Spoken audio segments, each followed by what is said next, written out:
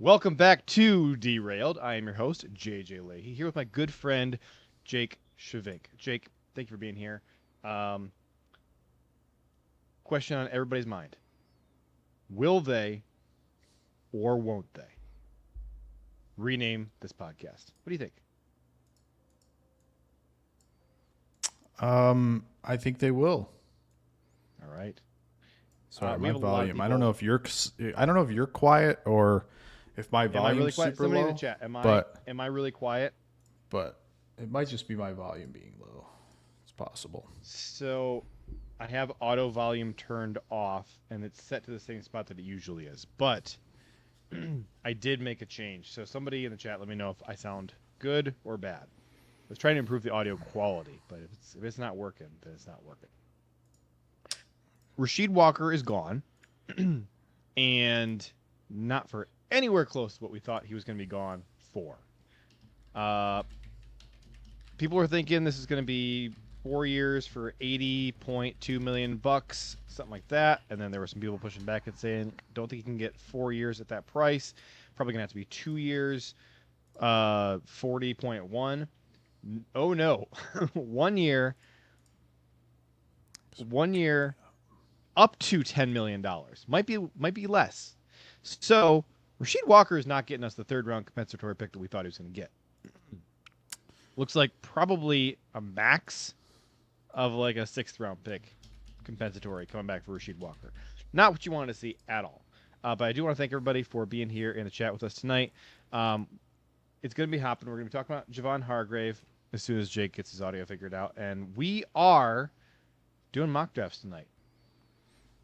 It's been a while since we've gotten to do mock drafts live on the stream.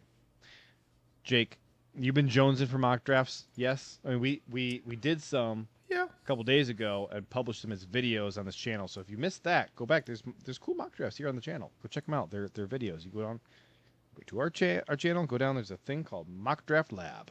And there should be 2 videos in there of mock drafts you guys have not seen yet. So check it out. But you've been jonesing. You got the shakes. You get itching. Yeah, I'm ready. I'm ready to roll. Javon Hargrave signed by the Packers like an hour after he got cut by the Vikings. 12 that says we should trade Javon Hargrave for Ladd McConkey. We will offer that trade in the mock draft simulator and see if it works. I don't know if that's going to work. We'll see. I saw somebody asking me, did I think that we could trade Lukas Van Ness and a 4th round pick for Josh Sweat? Which is a take. Because if we bring in Josh Sweat, you know what his job is going to be? He's going to be backing up Lukas Van Ness and Micah Parsons. He's going to be the 3rd rotational guy. He's going to be what Rashan Gary was to Preston and Zadarius in 2019, 2020. So that's a take right there. There's a few draft picks by Gutekunst that just the Packers fan base has not liked at all. Quay Walker, Rashan Gary, those are 2 that people just could not stand. And Lukas Van Ness has found himself in the club of dude that the Packers fan base absolutely wants off the team just because they didn't like him when he was picked. Which I think there's a fallacy in there. I'm not sure what it would be. The sunk cost fallacy, something like that. No, it's the opposite of a sunk cost fallacy. Point is, you don't like him because of what you would have rather we went and got at the time. But like, it's just confirmation bias, right? Like they're looking for anything. This is true. And that's what it is. I mean, it's been that way for Van Ness. It's been that way for Love, for plenty of this era, right? Like, so I do think. I mean, I didn't like that pick at all. I couldn't stand it. I thought it was terrible. But no, we're not trading away. I don't think that. To me, I'm not giving up my best run defending edge. Period. I'm not doing that because Sweat will not help that at all. And then you're back. Now you're back again. Maybe you don't realize this. If you're back again needing a run defending edge, welcome to the team, Keldrick Falk. Welcome to the team, Zion Young. Players you aren't going to like as well. It's going to be the same thing again. So, like, I don't know who needs to get it out of their head, but like you have to have a player like that in the 4 down front. You have to. You can't have 2 light boys out there on the edge. You'll get destroyed on the ground. Period. Well, Tyler Dershel says Sweaty Parsons would be fun. Tyler Dershel, while you're imagining Sweaty Parsons, I want to imagine with Jake for a minute what our defensive line is going to look like. And the last time we were on this podcast, we were talking about how Zaire Franklin provided a high floor for the linebacker room that we desperately needed. And you can still go out and improve on that dramatically in the draft should you choose to do so. They also added, I believe since we were on here last, didn't they? They added Benjamin St-Juste, former Commanders and Chargers cornerback, big corner, 6'3", 200 and some odd pounds, big boy. Not the cornerback type that we've had in Green Bay for a while. And again, provides you a floor of competency that you didn't have prior to the signing. And you do need to do this. You need to go in and cover all your bases prior to heading into the draft so that you have the flexibility to make the wisest picks possible and not be stuck drafting for need, so that you're not taking a cornerback instead of TJ Watt, just as a random, non-specific example. So Javon Hargrave provides a running mate for Devontae Wyatt. He's a guy who's worked with Jonathan Gannon before. In fact, his time in Philly, I would say, was his best work overall in his career. It's probably true. Vikings fans, not sad to see him go at all. I immediately had Vikings people reaching out to me and saying, like, whew, you are not going to enjoy the Hargrave experience. And I'm saying, dude, you don't understand. Now that we have Hargrave, we finally have enough football players to go out and actually play a football game and go out there in legal formations, basically. So I'm not too mad about the Hargrave signing. And I still think we're going to be drafting a lot of defensive tackles in our mock drafts tonight. But this provides a lot of flexibility. That doesn't sound fun. That doesn't sound very fun. Provides a lot of flexibility. If the class was better, I'd be psyched about doing that. Drafting defensive tackles? Yeah. I'd be much more excited. But there are other players to pick, for sure. Well, this is the thing. Because we have Javon Hargrave, we don't have to reach for a defensive tackle if there's a different position available that we think is an absolute steal. Yeah. This is what you want heading into the draft. This is fantastic news. Tool for this asks, would L'Jarius Sneed be worth a look? I know he wasn't great in Tennessee, but who was? Here's the thing. He's been in Tennessee for 2 years. He's been quite bad in Tennessee. First of all, he played 300 snaps 2 years ago and 361 this past year. It's been 3 years since he was able to play a full season. He played over 1,000 snaps back-to-back years, his last 2 seasons in Kansas City. And he was decent. But his final year in Kansas City, did you know he had 18 penalties? And then since then, he's still been on like a per-snap basis, kind of committing the same number of penalties per snap played. So, like, did you enjoy Keisean Nixon's penalties? Did you enjoy the 145 and 138 NFL passer rating when targeted that you got from the guys we had last year? Because L'Jarius Sneed last year, 137.7 passer rating when targeted. So I'd say he would fit in great with last year's bunch of corners. Absolutely possible that he could still have it, but it's been 3 years. So if we brought in Sneed, that wouldn't move me any more than bringing Hobbs in a year ago did. I'd say, okay, sure, I don't mind having him on the roster. I'm not mad that he's here, and I don't think we should cut him. But can we improve, please? Because that was my big thing last year, was like, Hobbs is like an okay 2, but we need a 1. So I think like Sneed would be like an okay 2, 3. Honestly, I might have Benjamin St-Juste and Sneed kind of like tied as far as my expectations for what they could contribute to the Packers this season. And like honestly, throw Keisean Nixon right in that same mix. So they probably have similar amounts of value to add to the team. Dershel says McClellan feels like a Packers lock. That's a name that has been drawing attention from Packer fans lately. Yeah, I think that's a good one for sure.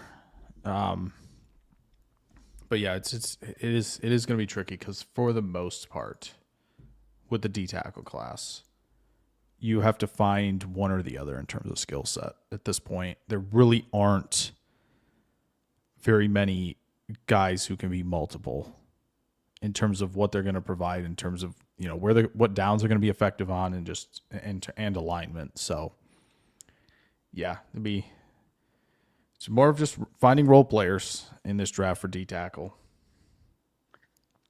And it would still be the case. It would still be the case if they had a one as well. Like maybe Christian Miller's like the guy you would maybe trust to find a next level the most. But I think the rest are probably going to be more pigeonholed in terms of where they're playing. Before we hop into this mock draft, do you have any thoughts, Jake, on Javon Hargrave's fit with the team? Because right now, he's going to be a starter. It's going to be Devontae Wyatt and Javon Hargrave playing next to each other. I loved Javon Hargrave a couple of years ago. Where was he moving at the time? I think he was going...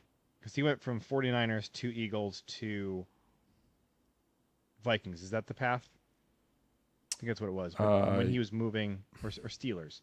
When he was moving to Philly, that's when I was really excited about him. Yeah. Yeah, he was Pittsburgh, Philly, San Francisco, Minnesota.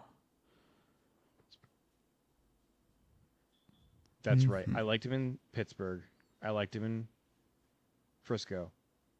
And I really wanted him when he was going to Philly. And then at the point where he was moving from Philly to Vikings, I was ticked that the Vikings were getting him. But also, I was not as in on him at that point. And then clearly, things didn't go great for him in Minnesota. But Minnesota's defensive line, what Brian Flores likes to do, very different than what Jonathan Gannon asks. And Brian Flores puts a lot of stress and thinking on his defensive line. He wants them solving a lot of problems up front. And if Hargrave thrives more with simple assignments and just, hey, pin your ears back and, fill this gap, whatever,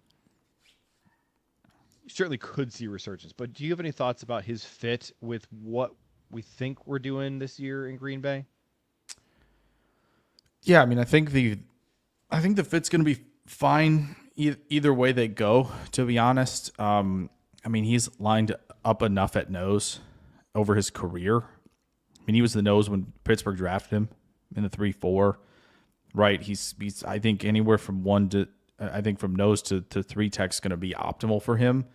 There are great news, folks. Some work taking on doubles even last year against quality offensive linemen. I know nobody wants to maybe hear it or admit it to themselves in private, but the Bears had a good O-line last year, especially on the interior, and he's holding up double teams against Tooney and Jackson, and their guards were great. So to be able to hold that point and again allow guys like a Franklin who's coming in, who we kind of believe is more of just he wants to attack, right? He's going to be able to get to attack because guys like Hargrave are taking on multiple guys up front, and same with Cooper, right? So and we've talked about this with defensive tackles in this draft of like, hey, can we find a guy? We talked about Lee Hunter plenty about what he can do, right? And how when everything's good to go with him in terms of getting that leg down, that foot down on time, like he can hold the point. So guys who can do that are going to be really effective. And again, Hargrave's always been really effective because he can get after the QB from multiple spots on the line as well, right? He can get out after the QB from the 3 tech. He can get after the QB from nose. Like his best stretch of play was really the start of the 2020s when those 3 years in Philly and that year first year in San Francisco where he was absolutely on fire. He had 3 seasons of 60 plus pressures. And now I don't think you should be expecting that at this point in his career, right? But I do think even last year he had a 30 pressure season. I don't think that's out of the realm of possibility. You know, the run stops have still been really strong in terms of that production. Like I do imagine that he will get looks over the A gap and the B gap in both. I think he will get opportunities in both facets. I would still probably lean towards Green Bay finding another one tech in this draft or a nose in this draft, right? I would probably lean that direction, but that doesn't mean he's not going to offer, you know, snaps at that position. So I still think they're going to get a really solid player across the board. As I've been going through last season's film, I really want to go see San Francisco's, but again, that'll be 3 years ago when we he starts playing. So I feel like last season's really kind of the benchmark, unless you want to go have some fun and watch him in Philly, like, which again, you want to watch him in that defense. I think that's entirely fair. I just wouldn't expect the same to me, level of play, right? To me, it's the most interesting just because I would just expect that he'd be given similar assignments as what we're going to see. Sure. You know, this upcoming season. Yeah, and he got in those seasons, he got plenty of snaps as a 3-tech over the B gap. Now his first year, I think, his second year, in 21, he got about 196 snaps as in the A gap, and so he moved around. They had him over the tackle, 222 snaps in 2022, and they went to the Super Bowl. So he was like doing some 4i5 tech stuff, and so I think that's something where if the front is going to be more of what Gannon did in Philly, even though it sounds like it's going to be multiple, right? But if they trend towards that, then he might be able to move even further around this defense. And then we would absolutely want a one tech who can eat space like nobody's business. So yeah, depending on what they do, again, I think he's going to be able to survive at the one tech because he has done so on several occasions, even last season. I still think as we're going to get in the mock drafts, we still find one more guy, but I don't think he's going to be somebody who is extremely, extremely limited in terms of where he can align, right? As it's like with some of these guys, we were trying to put Colby Wooden last year, the one tech at the nose, where it's like, man, dude came in as a 270-pound prospect. Like he was clearly like this kind of 3-4 tweener of sorts, right? And so this guy's been doing it long enough where you feel comfortable, with a few different spots along the line of going, yeah, no, we feel comfortable here. We get one-on-ones against the run. He probably can win a bunch. He still can rush the passer. So of the two guys Minnesota released, right, this was the guy I would have preferred to this point. Because I think Jonathan Allen's just had a lot of shoulder issues. And that stuff, when you're in those type of collisions, that just continues to wear you out. And so it's not surprising that, unfortunately, like he is kind of trending downward. But we'll see. He went somewhere, right? Allen did. Yeah. Denver? Go Denver? I actually thought it was Philly. Is it Philly? Hold on. But anyway, we're not worried about him. No, we're not. Do you think? Oh, Cincinnati. Okay, that's right. There we go. That's right. Do you think that we're seeing any evidence yet? I mean, like, for all we know, Jonathan Gannon may not exist. He still is not. There's been no press conference or anything from the dude who was signed by the Packers to be their coordinator over a month ago. Hopefully he exists. Do you think that there's any evidence to make us think that the additions of Xavier and Hargrave are Gannon influences at all? The fact that there is a rumor swirling out there. He played with both. He did coach both. So that the Packers might be in on trading for Josh Sweat, which again, I'm not a big Josh Sweat fan. I wouldn't be mad about it, but he's both Sweats in the NFL just don't do much for me. But yeah, it would be something if there's then a third guy that Gannon has worked with that we went out and got. Yeah, I mean, I think at a minimum, we're doing more to address defensive tackle than we did last year. Last year, we took the crappy room we had and subtracted Kenny Clark from it, which you and I were both in favor of, except that we didn't replace him with yeah, we didn't do it. Yeah, exactly. So I wanted to replace him with a good, cheaper player, not nobody. Right. not Colby Exactly. Exactly. Yes. Yes, that would have been very ideal. I think I'm sure there's interest in Sweat, and at least maybe again, from all we've reading and hearing, like they might have even checked in on Carter and Philly. I don't know if that's the case or not. Whatever, you could speculate on that in your own time. I'm sure that they would probably at least check in because of a little bit of familiarity. I do think, though, like it's not going to be an absolute disaster if they don't acquire him, right? It's not like, oh, no, we didn't get him. It's like this is what Sorrell is supposed to become now. This is year 2, year 3. We need Sorrell to do some of this stuff that Kingsley would be doing or that Sweat would be doing coming in, which is still why I think they should go get another edge rusher personally, who can kind of, again, just add another element to the room that we kind of don't quite have. So I get it with Sweat. I think he, again, trends more towards kind of the Olivers, Parsons areas. I don't think he's quite as polished as Kingsley defending the run at this point. Like it feels like he wouldn't quite be the tweener that maybe we would want him to be on this defense. And so, they could check in, they could make a move if it's a later move. I'm much more interested in the fact that they were interested in a certain QB, which is, was thrown out there recently, which I'm much more in on that than going to get someone like Sweat. But, yeah, I'm sure they're in on it, right? We should just talk about this, right? Yeah. But do you think they're in on it though? Just really quick on Sweat. Do you think there's anything that they might just check in potentially just because I'm sure they called. I'm sure they made the call because they always do. So. I think the specific reports out there are that Green Bay does want to do it, and the two teams have been. Oh, you said on Sweat. I just realized. Sorry. Yeah. I think they have made the call the other way. I'm sure they did call. I don't know how interested they are actually in trading for him. I'm sure if he gets released, they will try and sign him. And sure. And they may even, overpay in my mind for him to bring him in. I think if he gets released, I think there is probably a significant likelihood they do go after him because it is a need.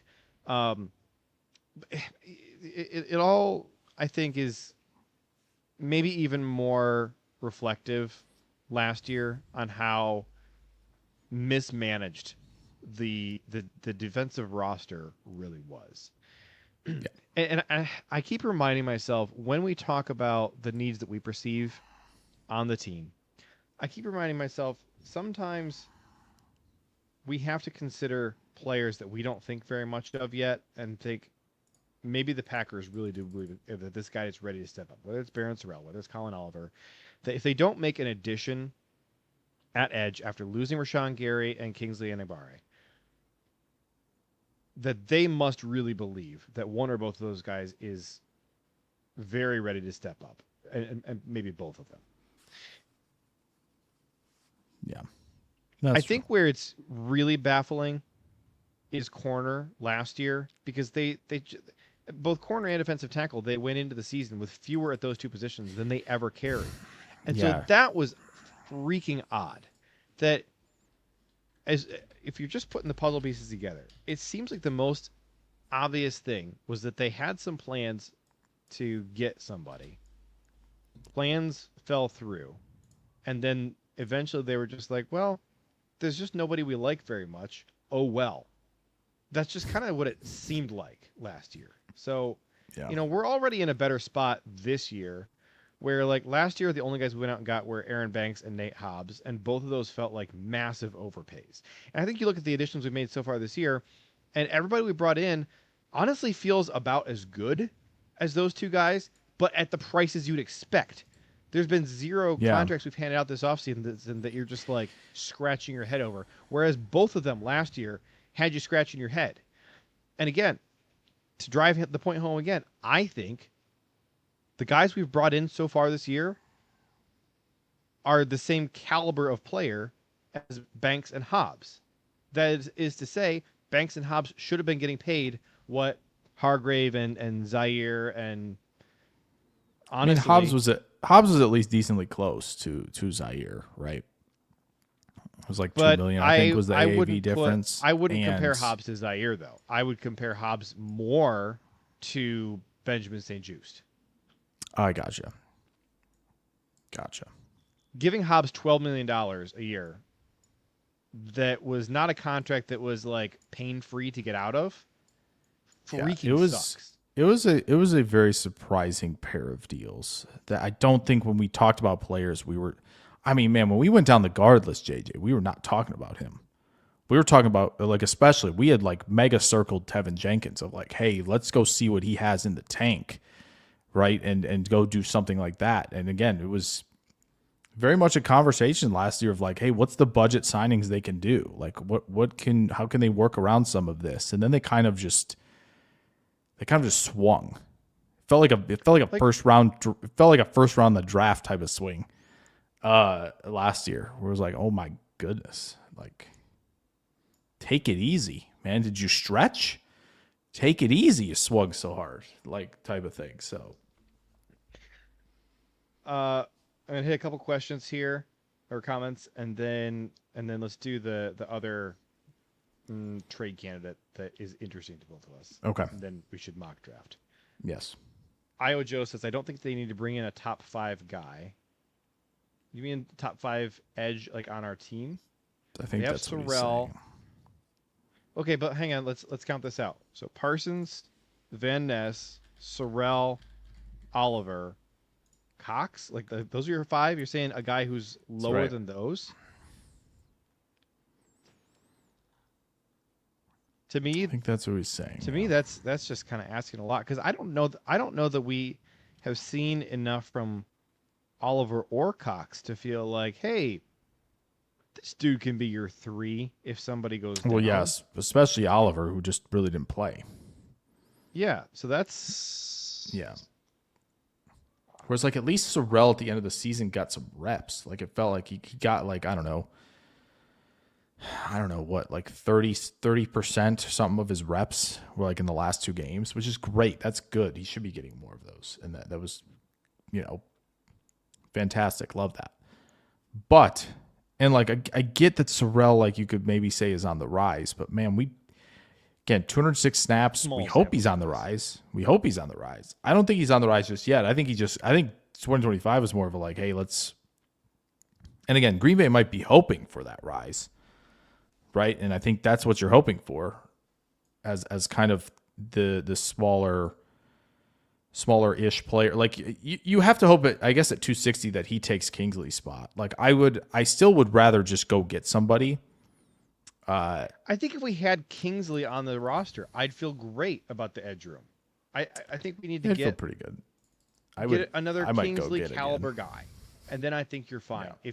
If you're top 4 at 52.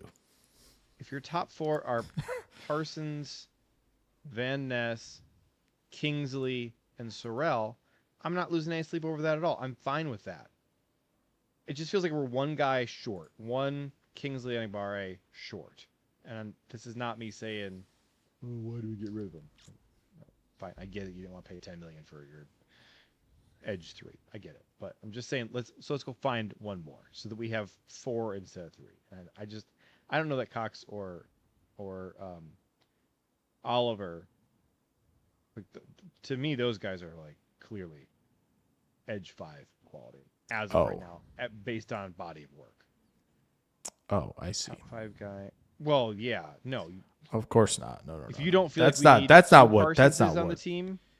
If you don't think we need 2 Parsonses on the team, I would say you're correct in that. Probably pretty correct. I mean, it'd be nice, but. As I said, I like the contrast, right? Draft. Did he play? And Drew brings up a good point here. He says it makes it worse that Parsons will probably be hurt to start the season, which is true. Very true. Jake, do you want to do the other trade guy, or do you want to? Yes, let's. I think we do that quick, right? And again, I enjoy talking about the edge rusher room. Let's set this up for a nice TikTok. Yeah. Okay. Yeah. So this one's big because obviously Easton's been talking about this, and again, there's been a lot of speculation because he doesn't want to be there. Right? He sees and form the team that he doesn't want to be there, which understandable, right? Colts quarterback Anthony Richardson side as well. Yes, that basically the Colts. 6 teams checking in. Yeah, that basically the Colts are going to probably move Anthony Richardson, and there's enough interest there with the reported teams that I imagine he's going to be moved soon-ish. And the Packers were amongst those teams in the report, which is good. I like it. Some people might not. Some people say he's bad. I refer you to the comments about Malik Willis when they traded for him. Yeah. Okay? I would refer you to those comments. Because if you're somebody who said Malik Willis is elite, blah, blah, blah, all that stuff, beforehand, I'm going to need the tweets, okay? I'm going to need the tweets right then and there. Show me those receipts. Because I couldn't find anybody who, when I did the film room on him, which was, I think, an honest film room on him and what the strengths and weaknesses were of people still saying, you're gaslighting, he stinks. And it's like, okay, whatever. And so this, I think we're going to have a similar thing here with Anthony Richardson of like, okay, it's going to be, oh, well, can he even play and stuff like that. That's why it takes 7th round swing to find out for a player like this. Big, strong, arm that the velocity he generates with ease, right? On seam balls that he kind of, you got to see glimpses of his rookie season. So I don't know why they wouldn't be checking in with someone like Richardson.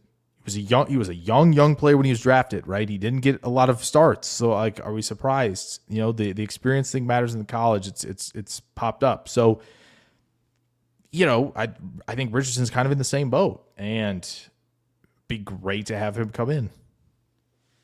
Yeah, the other guy out there that's kind of being floated is Will Levis. Sounds like Will Levis might be going to the Jets.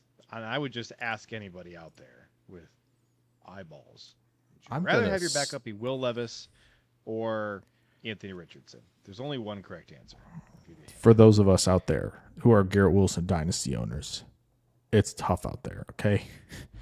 It's been tough out there for a long time. All right. Tyler Dershel says, hear me out, Trey Lance. Would you forget trading, right? Would you sign Trey Lance to your practice squad? Sure. Okay. That's all I need. Sure. I, for comparison, would not sign Kyle McCord to my practice squad. I would sign Desmond Ridder. I would sign Trey Lance. I would definitely trade for. I would trade a 7th easily for Justin Fields or Anthony Richardson to come in and be your backup. Would rather have Anthony over Justin, but either one. Yeah, I wouldn't mind either way. Obviously with Justin, it's kind of like Willis in the fact that like the speed is just unbelievable when you get him going and that type of thing. And like if they had to use someone like Fields, you kind of do the Willis thing, right? Of like, how were Willis's first 2 starts? Minimal passing, rhythm throws.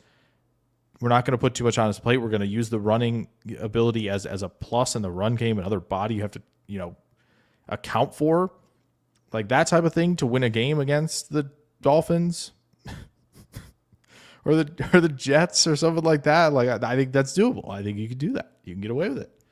So same could be said for Richardson, right? 3 throw Richardson. You get 3 throws in the first half.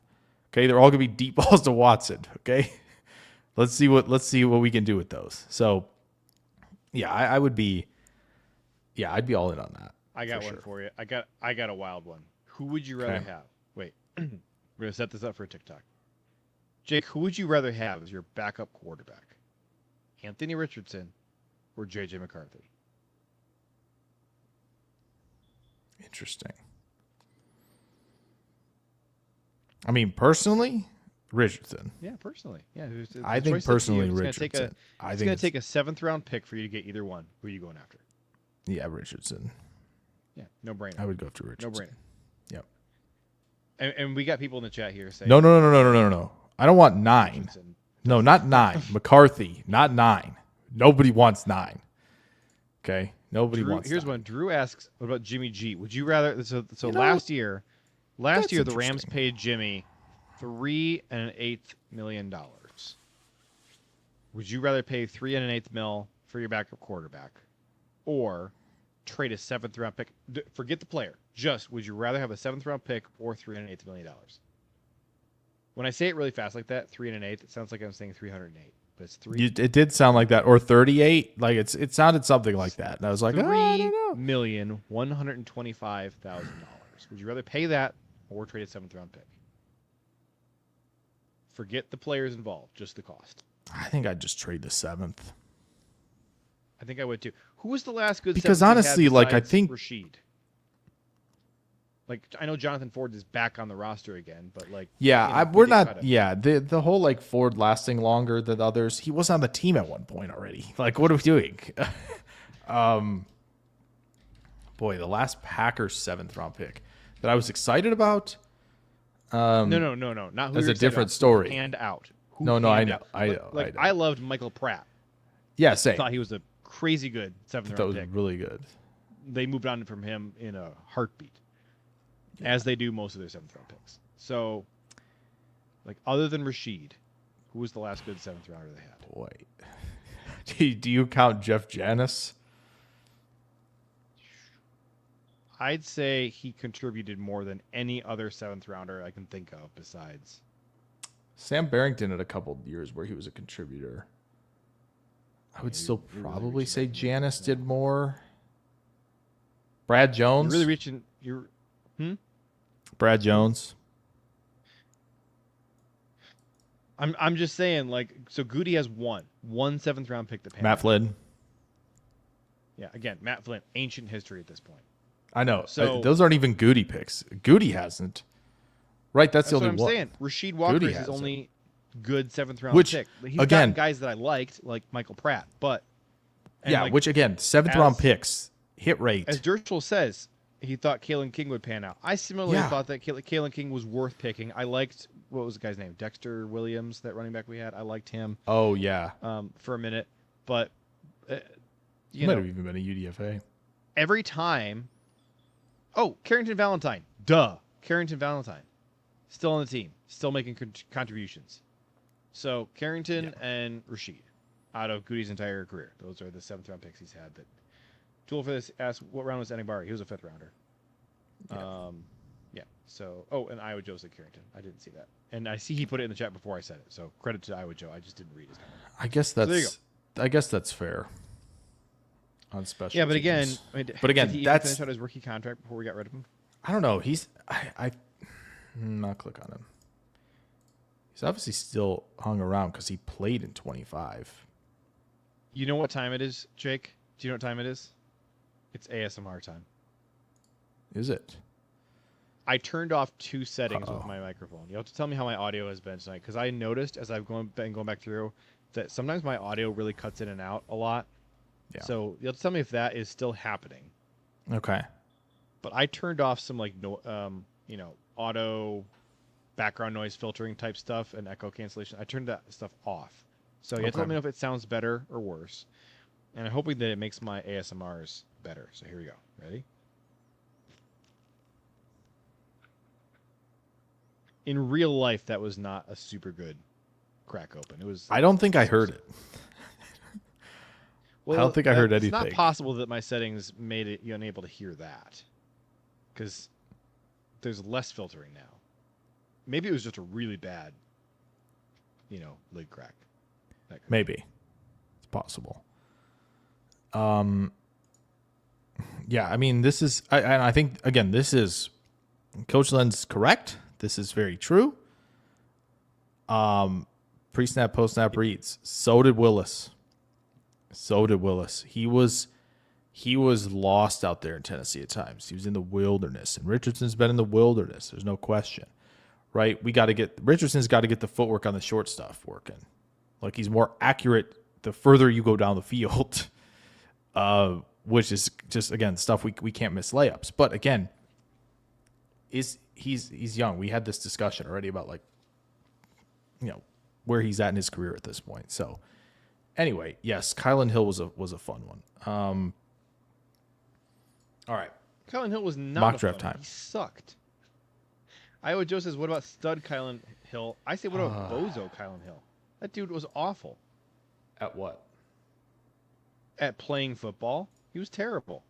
I mean, that's objectively untrue, but I get where you're going. What's he doing right now? Who's he playing for? I didn't say what he's doing right now. We're talking about as a prospect, JJ. You gonna get me angry? Let's do it. I think we move on to the mock draft. Well, Michael before we even Pratt start was a great this. prospect, and he's not in the NFL. That's what we were talking about, right? I don't know why you went off on Kylan Hill. Someone mentioned Kalen King, I thought. You didn't go after, JJ, you didn't go after Dershel for Kalen King. But you felt the need to go after somebody for Kylan Hill take. What's up with that? Well, That's hold on. hypocritical. Put That's Dershell's hypocritical. comment back up in there. I want to see what he said.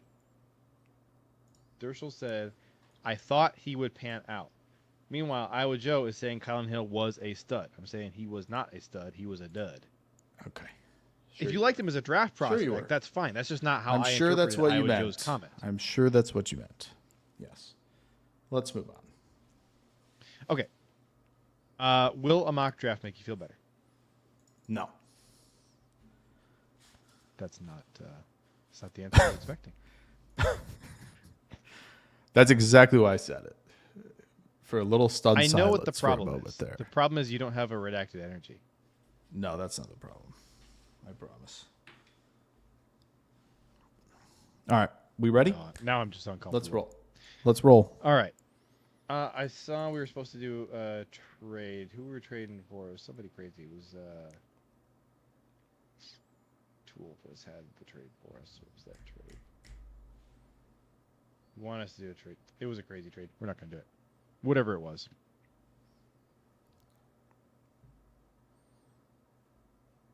Chris Johnson went at 44. Malachi Lawrence. We just missed out on Malachi Lawrence. Well, that's a bummer. Let's see. Who wants to trade with us? It is the Panthers. Just out of curiosity, what do they want to give us? Whoa. Oh. So they're willing to give us their entire draft class, which admittedly isn't much, to move up 30 spots to pick 52. The whole draft class. And potentially a third round. It's a lot of fun swings on day 3. Definitely a 4th and a 5th. What the heck?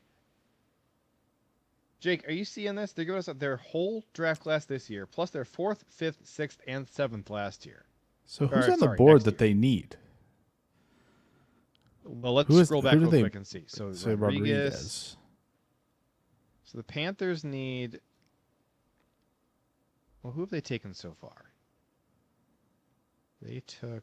Wait, do they not have the first round pick? Oh, here Falcon Rodriguez. I'm so used to the Panthers picking top 10 every year. So they took Falk at 19. Falcon Rodriguez. Okay. So this is interesting. They want to pick players back to back. They're doing the sign and draft strategy.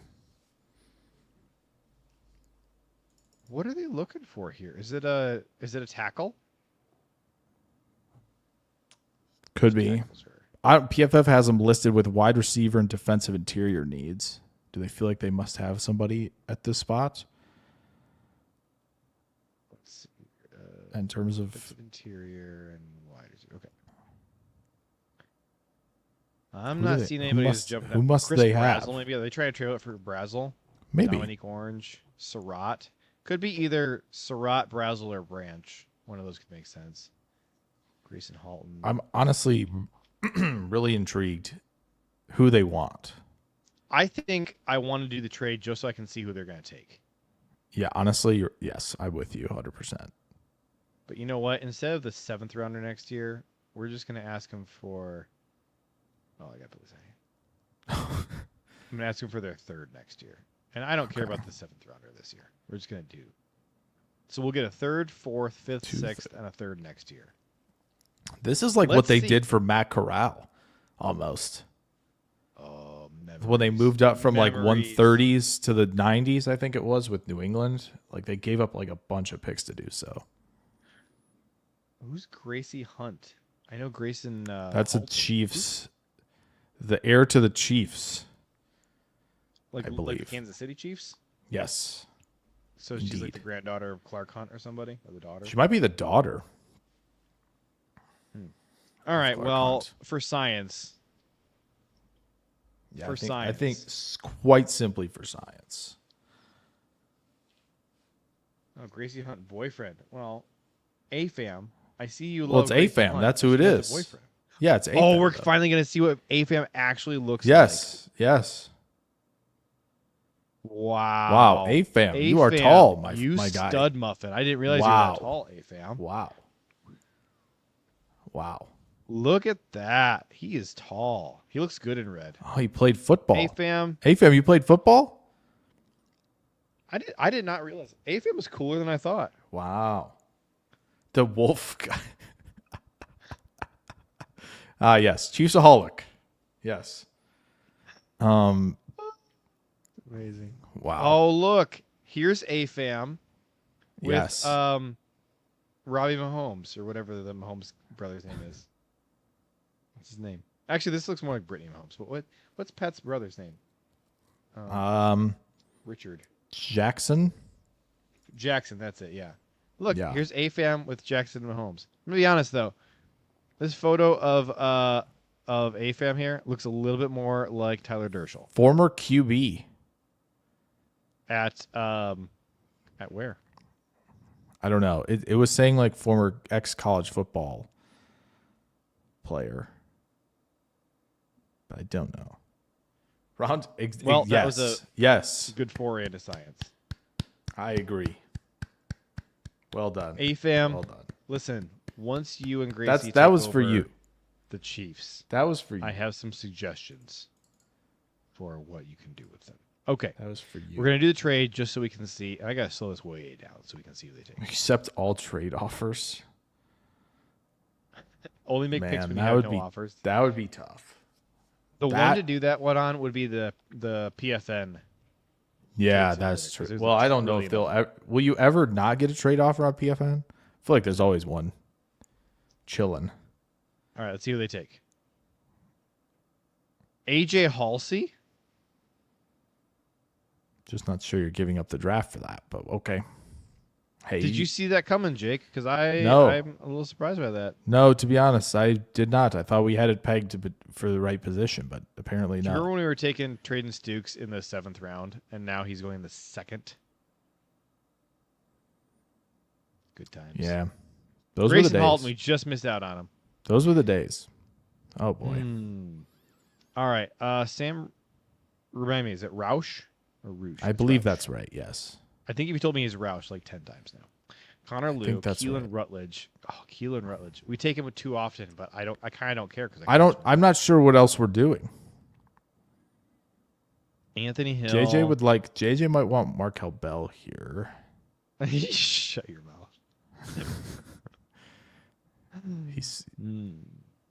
JJ asks me a question about Markel Bell on the daily. Not really. You are Not on really. tonight, my friend. I am. I mean, I Can don't ask you know. a question? Jake? Yes, you may. You may ask me Okay. a question, of course. Anytime. Was it a hard day today, or is it me?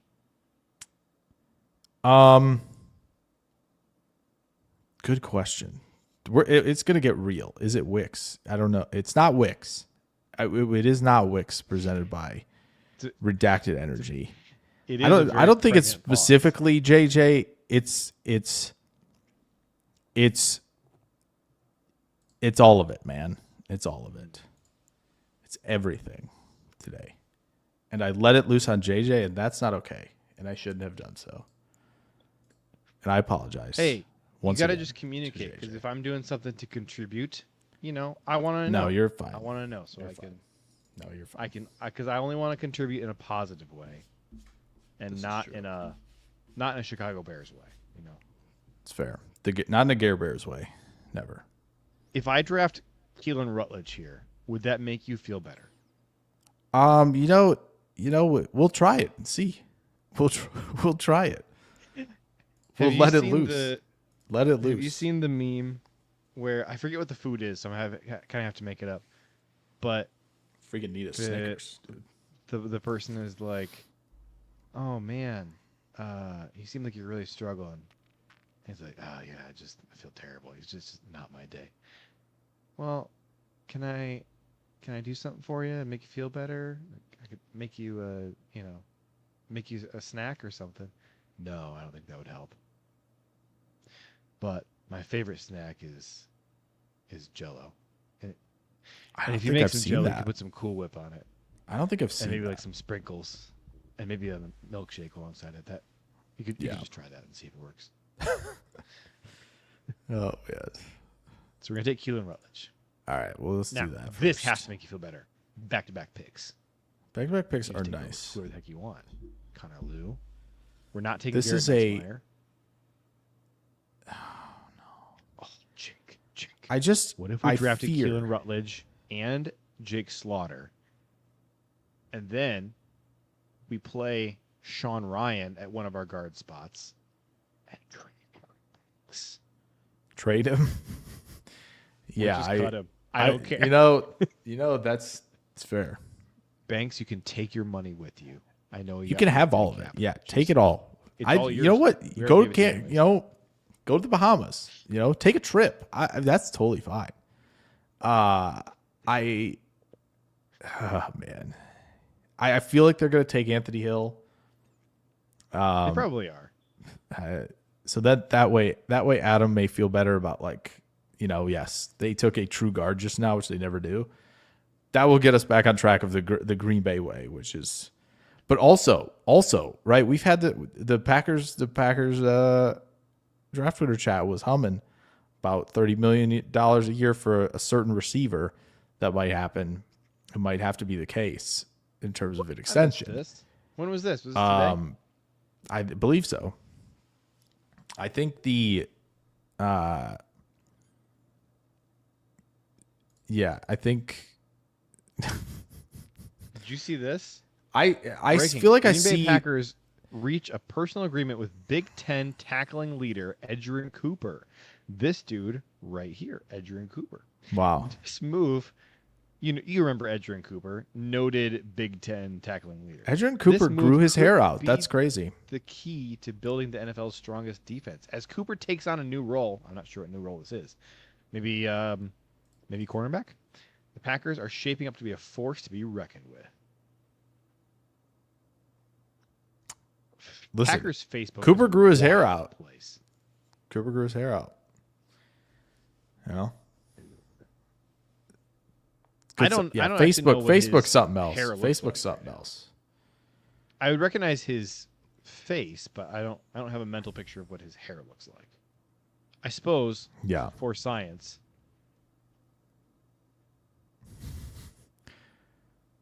For science. That dude has longer hair than this guy. Wow, he does. Look at that. He's got shorter hair. Oh, maybe. Oh, man. Do you know why I couldn't picture Edgerrin Cooper's hair? It's because every time I picture him, he's wearing that cowboy hat that he walked in that one time. Oh, yes. Cowboy Coop. Oh, yes. So that's my mental picture of him is the cowboy hat. Off-season Coop doing cowboy stuff. Off-season Golden bass fishing. Fella's got a lot going on, which is great. This is an unfortunate angle that he did a video call from right there. You should move your. Also, bad decision. Should never join a show called The Insiders. Don't even know why that show exists. I didn't know. It's just literally guys who tweet. Sick. That's awesome. Great show. We cover your show on Twitter, buddy. Why do you exist? Edgerrin Cooper. He does have more hair in this picture. Now that you mention it, get it? Because he's a dog. He's got that dog in him. He does. I don't remember what we're looking up, but we could take Anthony Hill. We could take one of these defensive tackles. Yeah, here. I think Hill or Trotter are definites if they go that direction. Trotter's gone, but yeah, it'd obviously be really nice to get McClellan at 119. There's still a couple guys. We'll have the opportunity at 119. I mean, would they just take? Will they take Bryce Lance though? Take him right here at 84. Would I prefer to do so? No. Do I think that they are a little crazy? Yeah, kinda.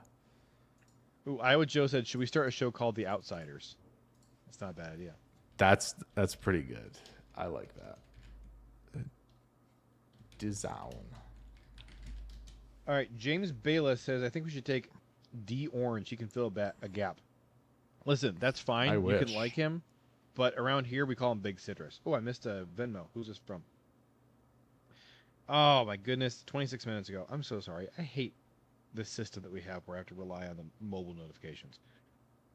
So this is from AFAM. ideal. AFAM, are you still in here? When was the last time okay, he just commented 3 minutes ago. AFAM, thank you. We got $10 from AFAM. I don't understand what this means. The note on it is Moose Bucks with a moose emoji. Moose Bucks. Here's the thing.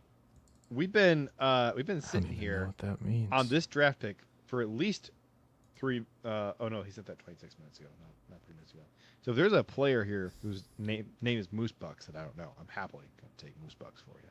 I don't know what Moose Bucks are, but I love it. Who are the corners that are here? Probably nobody. Probably IGB. No and one, nobody. right? Nope, IGB's gone. IGB So it's probably Devin wouldn't be Marshall. there. Devin Marshall don't and think- his I don't think injury concerns. Or no, Devin Moore has the injury concerns. My 2 favorite Devins. Julian Neal at discount later. Unless somebody falls to 52, I just don't know if they're going to go this direction, that's tough for the folks who really, really want them to go that direction early, just to do it. James Bayless is in, though, on Bryce Lance. But since this draft started with a guy who I think Adam Huddle has probably pointed out, oh no, they might not pick him. We might as well just continue down the path of what we'll do here, and then try to figure out who it's going to be. You know what I'm saying? I do wish we could take Big Citrus for. I wish our that guys as who well. famous. I wish that as well. Is there somebody we really want to take here, JJ, or you really want to take here? Oh, I'm hungry now. AFAM says $10 barely gets you a full Taco Bell meal. Yeah, AFAM. I you do need to think do that normally when I go there, I end up spending around $12. AFAM, you do not need to do that right now. We're in the middle of a mock draft and you're doing stuff like that. I mean, we might as well do what we wanted to do and say, I know everybody's like, don't take the setter, don't take the setter. I mean, we could just do it. This is our mock, and then we'll do the one where we pick what we think you're really they're going gonna to do complain later. about what we do with our draft picks when we just got you like 9 more draft picks? It's true. You want to take Slaughter? I would do it. Okay. Slaughter would be. We're going to have to cut stuff out of this video for the YouTube Why? mock draft. Who would want to cut We're this? going to Look at Taco these. Bell during this. We got. Oh I gosh, do love dude! Taco Bell. I haven't had Taco Bell in like a year at this point. It has been some time. It's been some time. Now that was hard to do because I love Taco Bell. It's probably my favorite fast food restaurant. Cheesy But- bean rice. In the last 366 days, I've lost exactly 50 pounds. And you don't do that when you indulge in your favorite Taco Bell. So just have to keep making good decisions. Like I tell my 3-year-old daughter, make good choices today, not bad choices. So Jake Slaughter, Anthony Hill, or one of the 3 receivers here. Yeah, let's just Do do the kinda stick out receiver to for me. fun now. I will also say Will Lee. I don't like Will Lee much at all.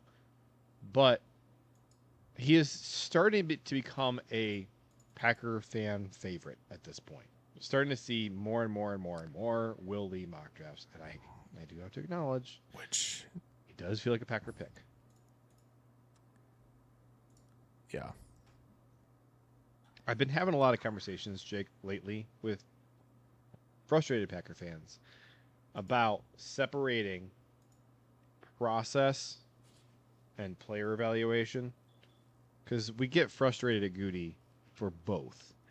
But I think sometimes we miscategorize and we're like, well, we completely neglected this position. It's like, well, no, you just don't like the guys that we have at that position, which is fine. You don't have to like them. And yeah, they probably do suck. But like that's player evaluation. That's not process. So Will Lee, taking Will Lee is good process, and it's not a player evaluation that I agree with.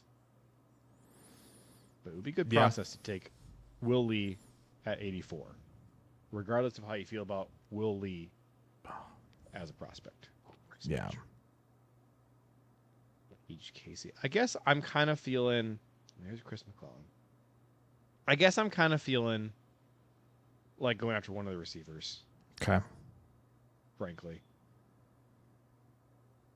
And Surratt is right here. We don't ever talk about Surratt. Do you think Surratt is overrated or do you like him? 2.39 yards per route run is comfy. I like him. Because I like him more than I like any of these three guys. Oh, yeah. Yeah. Do you want to just do Surratt? Comfortably. Yeah, why not? There's Surratt, there's Slaughter. We've gone rogue anyway. We've taken a true guard. Might as well keep going rogue. Okay. Should he be here? No. We're going to pick again at 119. You know. Everybody we were just considering just went. I just saw. Yeah, that makes sense. So they're all gone. Bryce Betcher, Casey, Brian Parker. We had 3 hits in a row here, in my humble opinion. Was it somebody else other than those 3 that made you say? It was Casey for sure. Okay.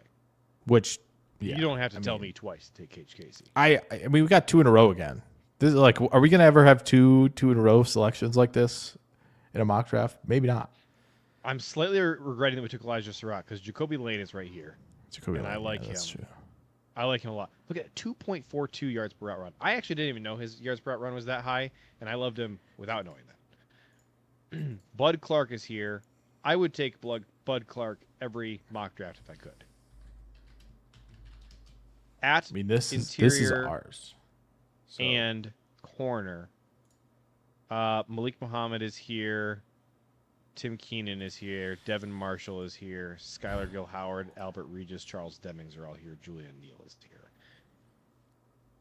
I probably would be okay with taking any of those, except I don't really like Malik very much. Yeah.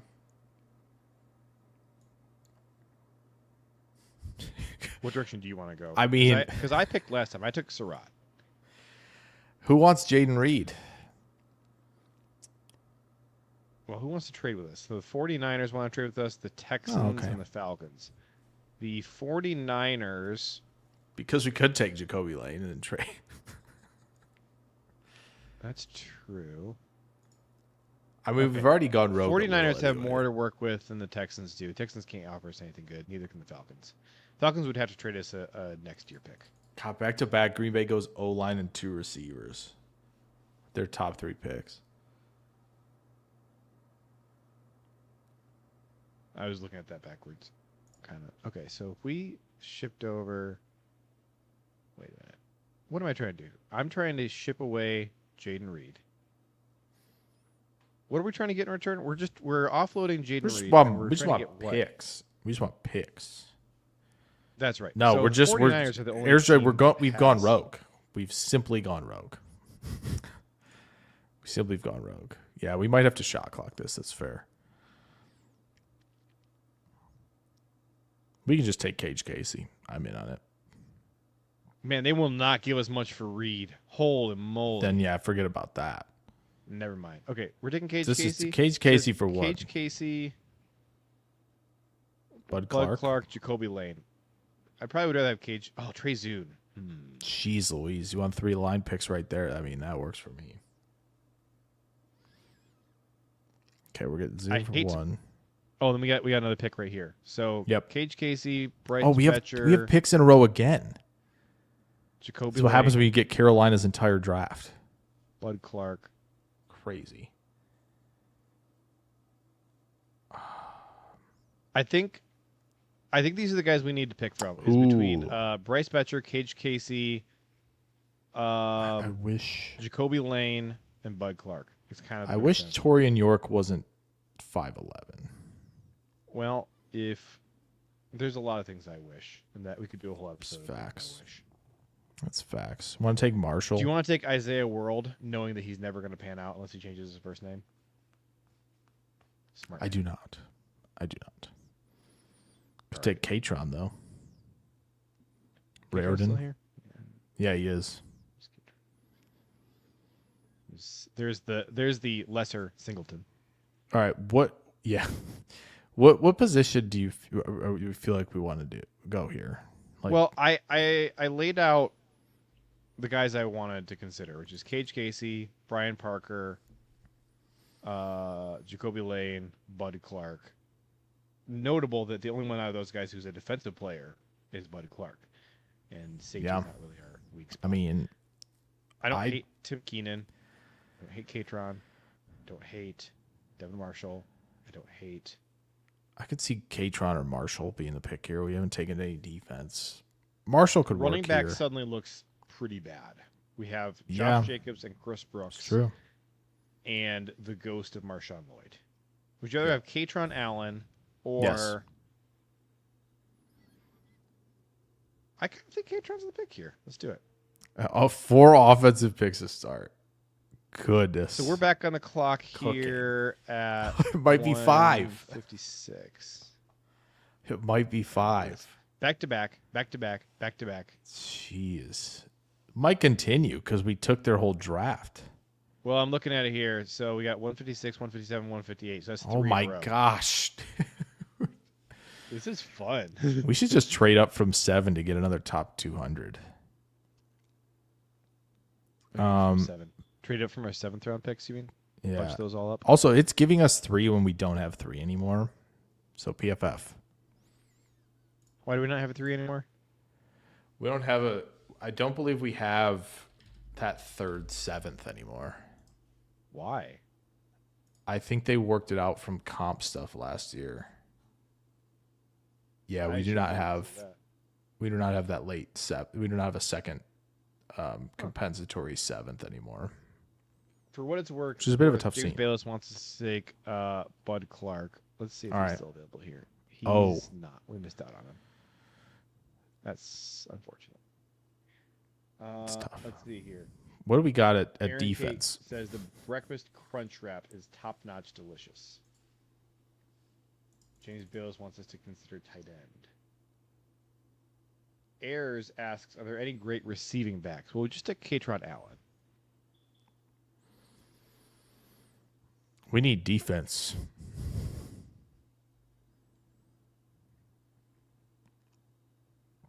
Look at corner, edge, and whoops, not that.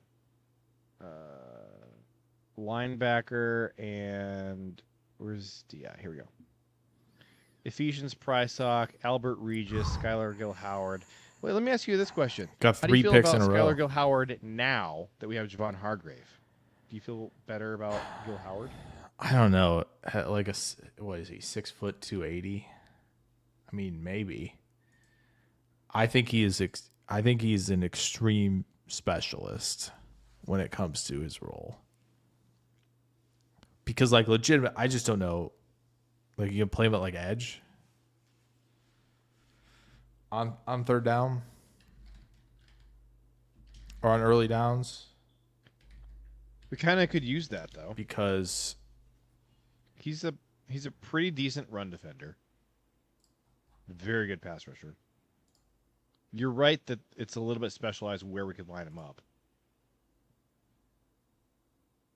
But if he's playing out there on early downs, if we had LVN and Skylar Gill Howard out there defending the run on early downs and bringing in Parsons to pin his ears back and get after the QB. Yeah. Worse plans out there than that. yeah, So- 6'1", 280 was Gil Howard at the combine.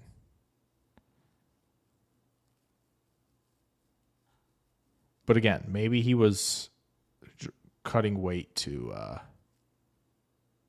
test even better. Hey, here's a thought. You should subscribe to our YouTube channel. If you're not subscribed, please subscribe. That'd be nice. It would help I'm us. fine if you want to go Gil Howard. I think they still need probably a nose tackle, true nose tackle. If we do that, but we got like several picks left. Not a bajillion nose tackles in this class. Not a bajillion. Several, but not a bajillion. This is true. Would you rather have Albert Regis or Skylar Gill Howard? Probably Gil Howard. We did talk about taking Julian Neal later. Yeah. His ADP is 159. We're sitting here at 156. Obviously, we the- get 3. Here's the thing. We have 3 players to pick in a row. Yes. So I think true. we should do a D tackle This is and a a true cornerback. fact. There's 3 corners here I like: Ephesians, Charles Demings, and Julian Neal. I like all 3 of those guys. Is Tack still in here? Do we miss out on Tack? Tack's still here. I kind of like Caden Curry. I wouldn't be Red heartbroken if we Murdoch. took him here. Yeah, Red Murdoch has been talked about more in the circles I run in. We could do Red. I think we at least make that one of the 3. But again, this is defense. I think you take one of Gil Howard or Regis. You take one of the corners, whoever your heart desires. Do you think that we have? Here's the thing: there's such different players. Like Regis is purely a run defender. For sure. And Skylar, Regis is probably the more valuable pick. I just like Skylar better, but we probably should go Regis. Why don't we go Red Murdoch while we debate this? Because we got 2 more picks back to back here. Do you want to do? I want you to pick between Regis and Gil Howard. How about? Would you rather pick corner or D tackle? You pick one and I'll pick the other. I'll pick Regis then. I think just in terms of but we're going rogue. That's okay though. I think we got to eat vegetables at some point. Brian Maffey says, "Clip that." What are we clipping, Brian? Yeah, What I did don't I know. say that needs to be clipped? I don't know. I'm sure I said something inappropriate accidentally because Jake has been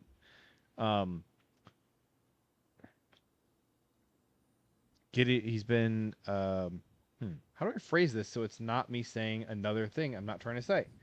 Jake has been calling me out for saying inappropriate, unintentional things lately.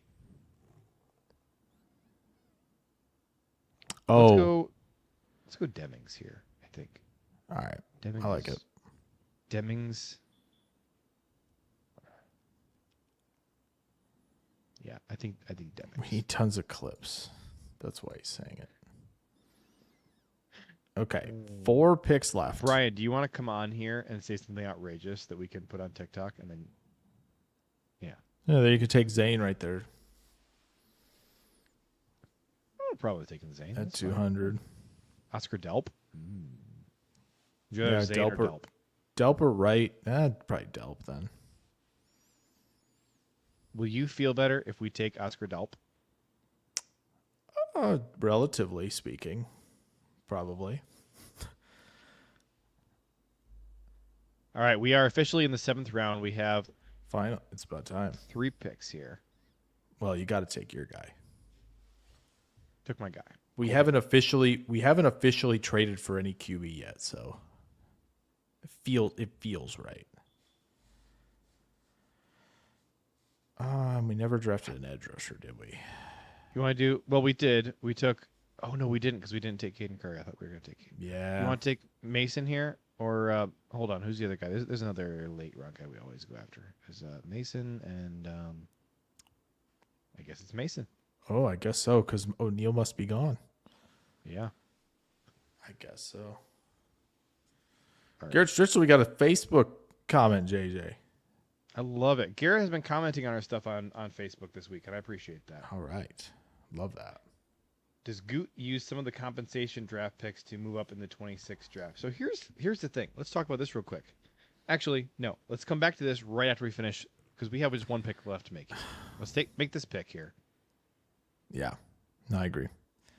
What way do you want to go? Oh, Famoe.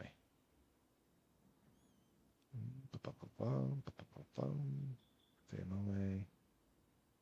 I worry that our mock draft episodes are terrible for the audio only crowd. They might Those be. are definitely the ones you want to tune in for the live stream. Yeah, the live stream where you can see us scrolling through the stuff. Yeah. It's got to help. Bryce Foster So or here's- Noah Whittington? Do we take a DB? Well, I just had the DBs up, and then you Did it made look a bad? runt that sounded. Well, it sounded Oh, disapproving. no. That was no. That was for this. That was. Oh, yeah. I don't think we need that. Probably not. I mean, Brian, I feel on edge today. I don't know I've if you want restrained this myself. smoke. from doing my Peter Woods comments for like a year at this point, and I haven't. So. I don't think Brian wants the smoke. Coming on to talk about Ruben Bain. Not a good time, Brian. Not a good time, my friend. Holland Wright. Sure. That works. That works. All right, we wrapped up this draft. And this was a doozy with all the picks. Picking back to back. Crazy. Look at on all those. Several occasions is crazy. That is wild. That is crazy. So to answer Garrett's question, then. Yeah. About so here's the thing. Those compensatory picks are not looking as nice as we thought they were going to look. Yeah. Looks like we're going to end up with 4 compensatory picks, which is the max, obviously.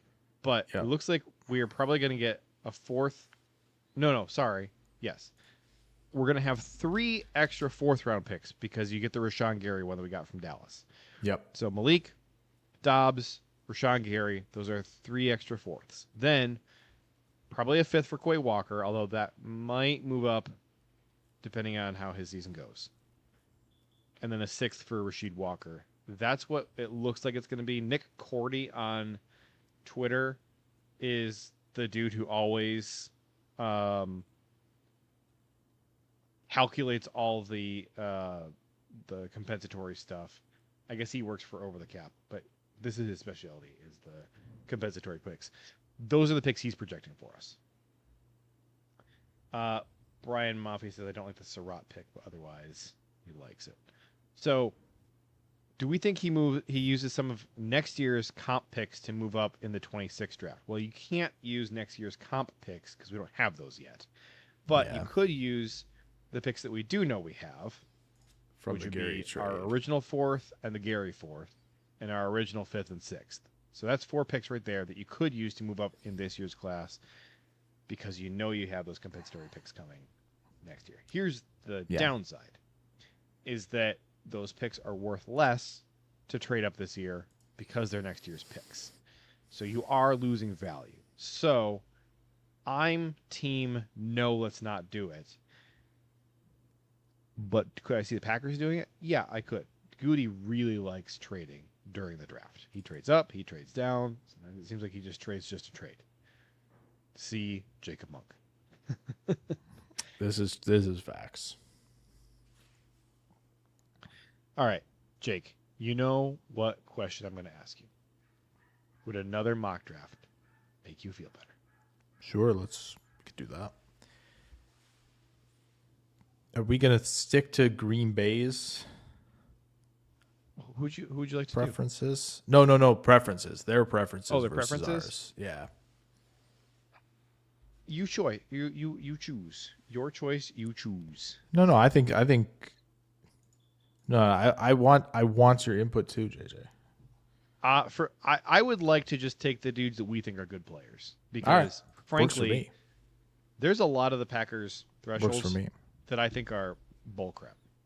Like I hate some of their thresholds because now Brian's coming in. No, I'm not saying that he's inaccurate in telling us what the thresholds are. I'm telling you that I think that some of those should not be the thresholds. Listen, you're right. Because some of them don't seem to be based on analytics, just FYI. Some of them seem to be like, well, we just have a philosophy. You know, we grew up. We're just saying that you don't ever. The back in my day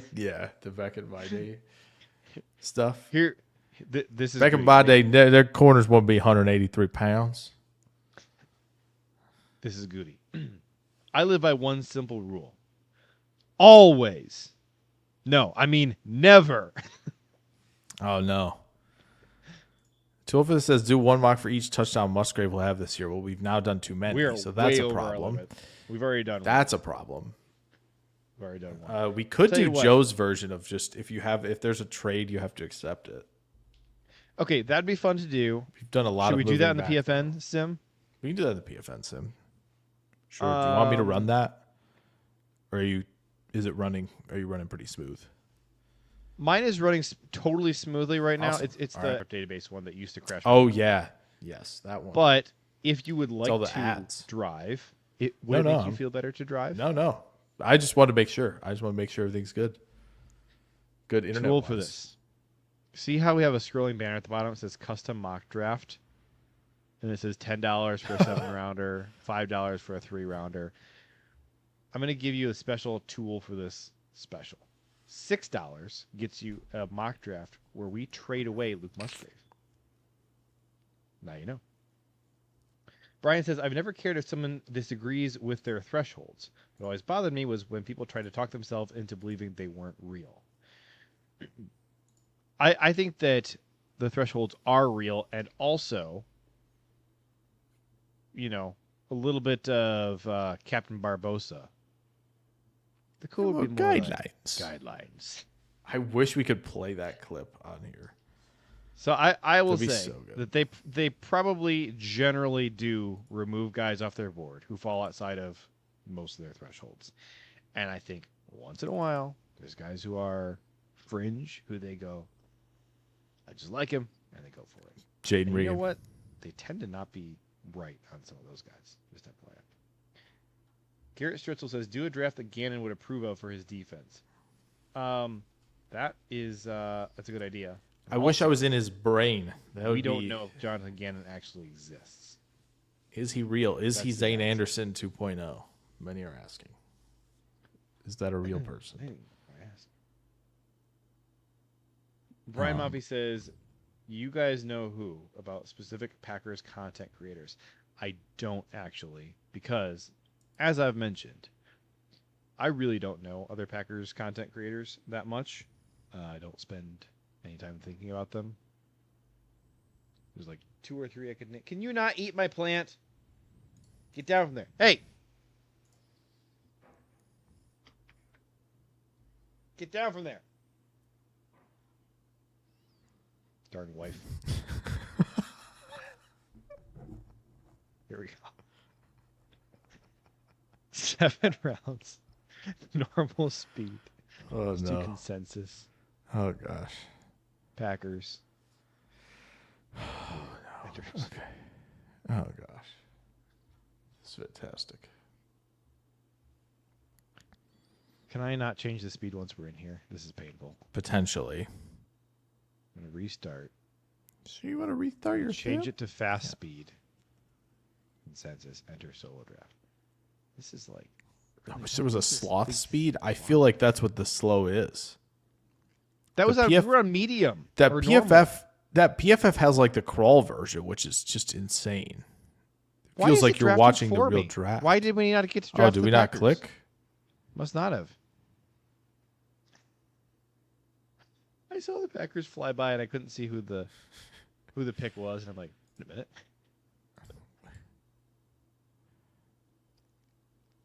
Come on. I mean, Brian. Okay, we have 2 Brian, trade offers. Brian, I know. have Listen, Buffalo. I don't want to do this right before we're picking, but the Walker getting 20 per thing. I mean, you watched Brian. You and I and everybody else watched Dan Moore get $20 million a year last year. Do you think he was worth that much? I think I know what the answer is. I think I know what the answer is. Too old for this. Just saying. Too old for this. Sent us $6. $6. And the note says $6. That's like $1 an hour. Oh man. I'm sure that's a reference to something. I don't know what the reference is. So Buffalo wants us to move down to pick 91 for a 2nd rounder next year, which I would do. I would do that one. Tennessee wants us to move. We're going to pick up a 4th rounder in exchange for a 7th rounder, and we're going to move back into mid-2nd round. Sorry, late. Wow, they're like Math is hard. outrageous names available here. Lee Hunter, Kristen Miller, R. Mason Wow. Thomas. Dude, blast from the past. This is like doing a mock draft back in January. I'll say.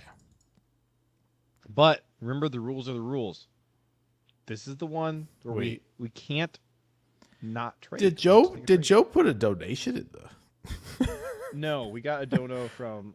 Did Tool for this say that same thing? No, he wanted to trade away Luke Musgrave, and AFAM gave us the $10 and said Moose Bucks. Right. Moose Bucks remind me of.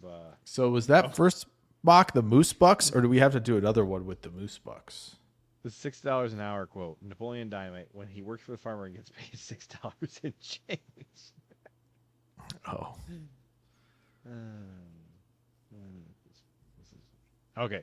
So would you rather pick up a second next year that we can't use in this sim to move back into the third, or move back to the end of the second for an extra fourth and get rid of that seventh? Because this one's nice because we can use it in our mock draft for a podcast, and also, as you noted, there's some really nice names. It's nice when you have those picks next year. Oh man, that was a really rough 13 picks. That was a rough 13 picks. You know what else is rough? We have to trade again. This is the thing with the PFN simulator is we're never going to get to pick. This is terrible, dudes. We should have gotten that. We should have taken that second next year. Here's the thing: there's never not going to be a trade available. Never ever. This is we're going to get to the end of this mock draft, and all we're going to have are 2027 picks. You know this is true. We'll have taken 0 players. I don't know what to do here. Here's the good news: nobody paid for this one, so I feel like we don't have to be faithful. That's what I mean. No, we're not going to charge you. We're just not going to list it every single time. Can we look back at those last 13 picks? It was rough. It was rough. And also, math is hard. We're 2 picks into the third round, not 2 picks before the end of the second round. So math is hard, apparently. Lawrence, I have heard a lot of people. Abney went to the Bengals. Miller, Rodriguez. Yeah, lots of Our Mason Thomas to the 49ers. That feels like it's going to happen, doesn't it? Yeah. You know what I want to do, Jake? I want to go back here. Okay. We're gonna do 12 of this is $6 donation. All right. Iowa Joe, if you really want to torture us, then send us the $10 for the 7-rounder or $5 for the 3-rounder, and we will go ahead and do the you always have to trade. Goodness. But this one is for 2 for this. So we're gonna start. It's a lot by putting Luke Musgrave on the trading block. Jake, remind me, who in the NFL needs a horrible tight end who can't play football? Oh, the Bears. Who needs? Oh my gosh. Who can we trade him to? Dallas. Jerry, of course, will take him. No, this is Denver. That is true. This is Denver. They wanted him. They were interested. Yeah. This is Denver. So will they get? Oh, pick 30. If they give up 168, I'll be floored. Wow, they are going to give up 168. That's crazy. Done. There you go. Wait, did the trade actually go through? Did you trade him or did you? Wait, try again. See if he's on the team. Oh yeah, I see. He's not. He is there. Okay. Okay, so you just clicked. You just didn't click offer trade. You clicked resume. I think maybe. Well, it's a big blue button that looks it is. like. I know it is. When you submit trades and accept, there's it's that lovely button. That is fair. Here's the nice thing. We get to trade away Luke Musgrave a second time, which everybody's got to feel good about that. Yeah, we like that. I do kind of think the Broncos. Garrett Stritz was asking about Packers trading for Josh Sweat. Is it for a player, draft capital, or both? If they get Sweat, does that pretty much lock them into picking defensive tackle and DBs more than once? JJ, do you think it's for a player or draft capital or both? The Packers don't like trading draft picks for players, so they would rather trade a player. Problem is, which player? I'm not sure who we could move who has value. Because again, this is not Jerry Jones. It's the also inept Cardinals. Well, then, I mean, Chris Johnson is sitting here and Mason Thomas. They're both sitting here at 52. This is true. It's obviously Chris Johnson, no? I mean, it is. It is. Which, listen, I know he simply won't be there. I get it, but he is. It's too. I'm going to. It's too late. We've done it. Let this psychotic cat out of the room because he's trying to eat my. All right. Plant. I can still hear you. Okay, and so the second part of Garrett's question, well, we do that really quick. Is will they lock them into picking DT and defensive backs more than once? Possibly. Again, I still think there are a few elephants in the room, right? The fact that they really don't have depth at linebacker, and Franklin could potentially just not be good, and they could be looking for that understudy to play in a year. Tight end, I still think comes into play for them. Running back, as we did in the previous mock draft, comes into play for them. I still think offensive line should take some precedence. And again, They're not going to go wide receiver, but they absolutely could. I was going to say the elephant in the room is receiver, because they don't want to pay Christian Watson $30 million a year, which, I don't think it's an outrageous, thing to say. So I think Christian Watson's going to get 30. I mean, Alec Pierce got 29. Who would you rather have, Christian Watson or Alec Pierce? Probably Watson, personally, but like the thing is big players who could stretch the field like that, and Watson's gotten so much more reliable catching the football. Like, I just kind of think that's where we're headed at this point with this market.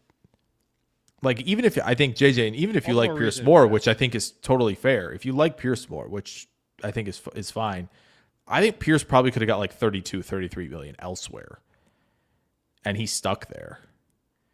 So, like, even if Watson's hovering around that 28 to 30 number, and Pierce would have, theoretically maybe gotten somewhere 32-ish with like New England or somebody like that, it's going to be a lot, because he's big, fast, and can stretch the field. Like, and yeah, Reed is also on the last year of his deal, as is Wicks. Yeah, it gets pretty last year of his deal. Is it Wicks? Yes. Presented by Redacted Energy. Yes. Who is it? The last year of their deal. Okay, listen. Pick 84, because we're at 90 minutes on our 60-minute podcast. So we took corn already. It sucks that we missed out on Grayson Halton. But, it does. And Crawford, I know. Dang it. Just makes me want to pick edge rusher at 52 like every time. So, but who do you want here at edge? Well, you already know. If I had to go to my head, if I had to take an edge rusher here, I honestly might go Caden Curry. That's fair. I mean, he's bigger, right? He's pretty big. Yeah, so that, yeah. Because, I mean, Barham is 240. Like, Barham's 240. 6'3", 260, so a little on the bigger side. Yeah, because Barham's Barham literally is, 240. 6'3", 243, so 17 pounds lighter. Yeah, he is. I think he was exactly 240 at the combine. So, and he's played Barham's linebacker, younger so it's than not Caden super Curry, surprising. Yeah. And Barham might be able to play some linebacker on top of it. So maybe we just take McClellan. I think he's been really popular. We don't flirt with that idea of not going there at 120 type of thing. So let's do that. Maybe, just maybe Look, Barham gets there. If Chris Johnson falls to 52, the whole world heals every time. There is healing. Oh, no. I fear, as long as he's on their list. Well, you know who's not here. I mean, Jacoby would be sweet. Genuinely. Jacoby is not going to be here at our next pick, so I'm taking him here. Yeah, I'm fine with that. I like that. O-line, then. We get the what's left there. Yeah. The inevitable. Certainly. Darn it. I think the door's open. Logan Jones. You know who would like for Logan doing Jones? the thing? Packers Twitter. Yes. And Joe. This feels like Caleb Elarmzor, probably. If I were to guess. Logan Jones would probably be the direction I would lean, but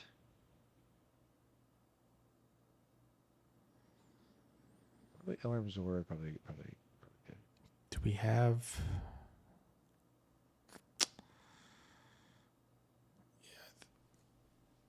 Oh, we got the 168. This is lovely. Look at that. We just missed out on Logan Jones, too. That's. Oh, no. I know who's going to be sad. Iowa Jones. Oh no, that's tough. So no, we took McClellan. That's nice. We like that. Drew Shelton. So we've gone 6'5", 306. Johnson. Do you like Drew Shelton? Eh. Adam Huddle's asking if you like Drew Shelton. I feel like I'm very much on board with like the interior guys later over the tackles. Just personal preference. But You know what though? The one thing class is starting to feel a little picked over. We got Matt Golden and Nick Dawkins, and then other than that, it's kind of picked over.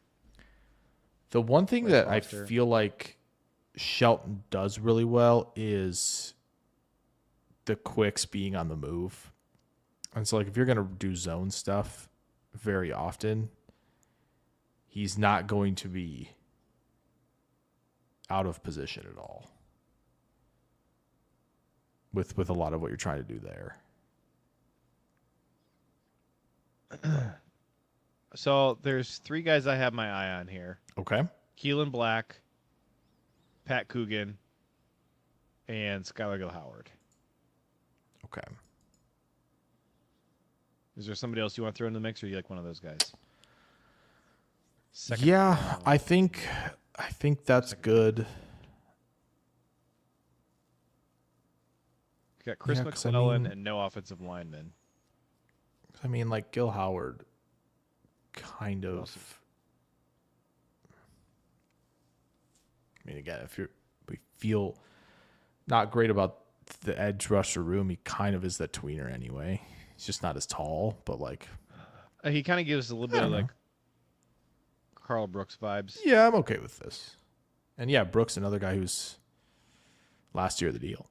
So the art of the last year of the deal. Real quick here. A-Train85, welcome to the channel. Please subscribe. Welcome. Are we going to mold Desmond Ridder like we did Malik Willis, or are we going to try to get Anthony Richardson or pick up a different quarterback to be the backup?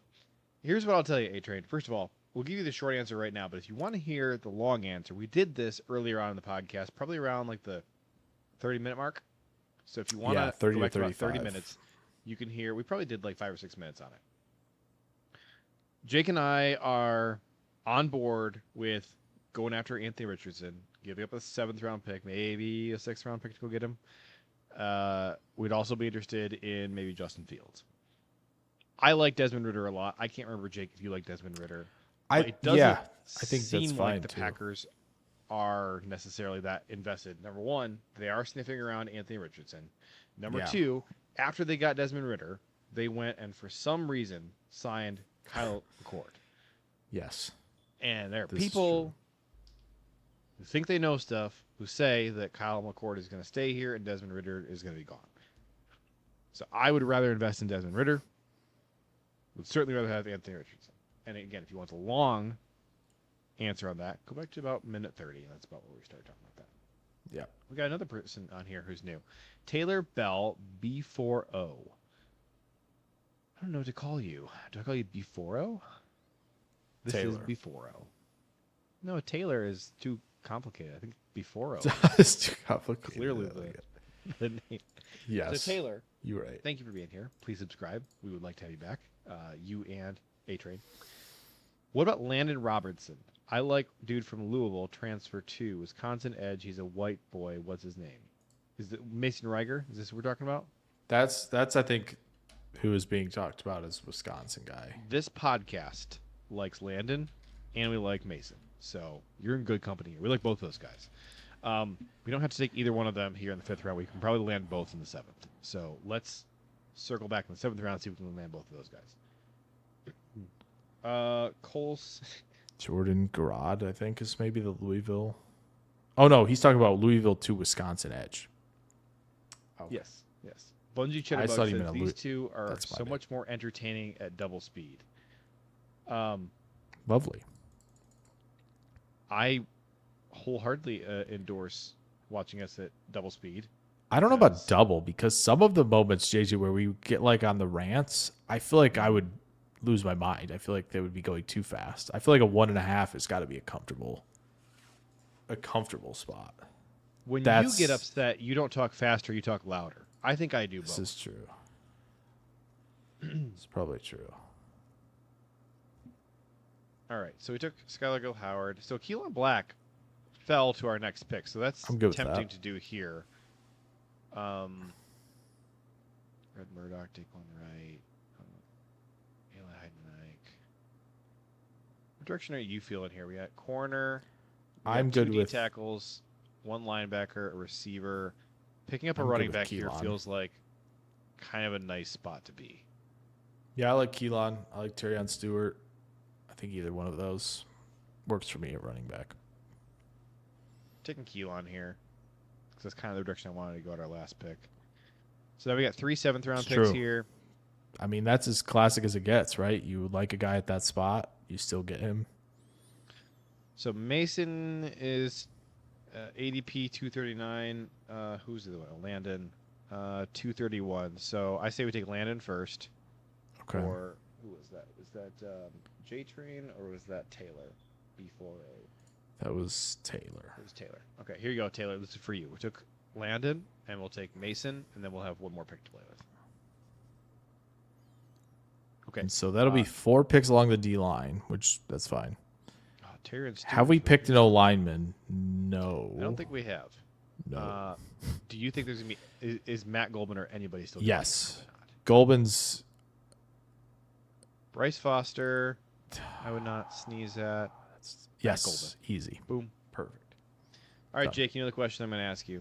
Does this mock draft right here make you feel better?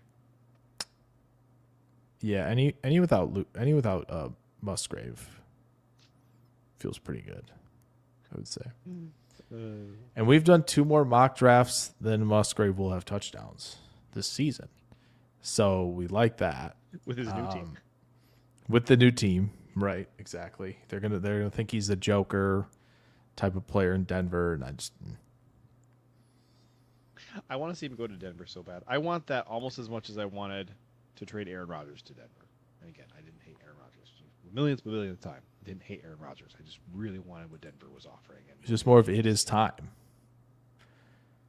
You know, it was just time. Plus, as you mentioned, that offer would have been. If anybody's upset now wanting to trade Aaron Rodgers to Denver, ask yourself this. Was the 2022 Packers season worth it? Did you have fun that year? That's my question to you. Did you have fun? There was one point where I thought I had some fun. It wasn't the Giants game in the UK. No, definitely not that. And it wasn't the Jets game where they got steamrolled. And got, as Saleh put it, taken to deep water. No, it was the Watson game against Dallas, of course. That Dallas game was good. That was the glimmer of hope. Oh, and that was fun. Yeah. It was wait, 3 touchdown game for C-Dub. Oh no, there was one other bit, I think. Right? And again, it was a Thanksgiving game. It was or something. I don't know about that, but it was a small part of a game where right? Yep. Okay. Remember that 2 weeks after the Dallas game. Okay. Are you putting something on screen? Aaron Rodgers. Oh well, I can. Aaron Rodgers goes down. He is injured, and in comes the first round QB, Jordan Love. Oh yes. Throws the drift route to Watson, and he is gone. And I forever hear the whoa as they go to commercial of wow, yeah, Jordan found himself in that game, and it was not over. The game was not over. It was such a high moment for that season, and yet it spawned all the rest of the frustration I had that year of. We're for some reason not allowed to put our quarterback on IR or anything, or even just bench him because he can't play, and he's telling us it's because he's hurt, and yet we're not allowed to take him off the field. Yeah. So that was where my frustration came from. Did you ever feel a glimpse of it Jets game when they beat Tampa Bay? What are you talking about? That was that game, because you remember that game. So we had the Panthers game first, right? And then the Buccaneers game. Is that how it happened? The Panthers game, where this god awful Panthers defense drops a 50 burger on us essentially, and Matt LaFleur has to take the former quarterback coach and offensive coordinator. That's 23. Has to take the reins. That's 23. That was 23. Yes. In 22 we beat the Bucs. Yep. What week was that? Was this week 3? I was thinking of week 3 actually. It was 14-12 final. So that was the what's that linebacker? That was beating Voldemort in his building. No, that game meant nothing to me. Because screw that guy forever. By the way, forever. Screw that guy. I didn't know you felt that way. I didn't know we had that in common. Who? Are you not talking about Brady? Oh, you didn't know we had that in common? I didn't know you hate Tom Brady. Oh my gosh, my friend. Today I learned. Well, no, remember we were talking about the Super Bowl thing, and and I was like absolutely appalled that you were rooting for the Patriots against the Giants. I think in one of those because it was Brady and Belichick. Yeah.